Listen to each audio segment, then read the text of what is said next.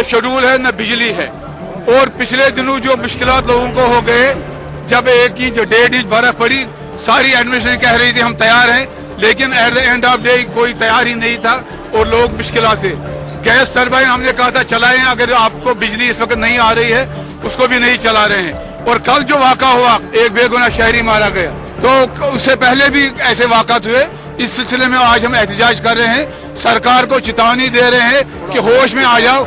एक तो आप लोगों के मुश्किलात को दूर करने के लिए काम करो, और जो इस वक्त विंटर के दिन हैं इसमें जो लोगों को मुश्किलात हैं इनको दूर करने के लिए काम। Always civilian killing, innocent killing is unacceptable. ये कोल्ड ब्लडेड मर्डर है जिसको नेशनल काउंसिल मजम्मत करती है।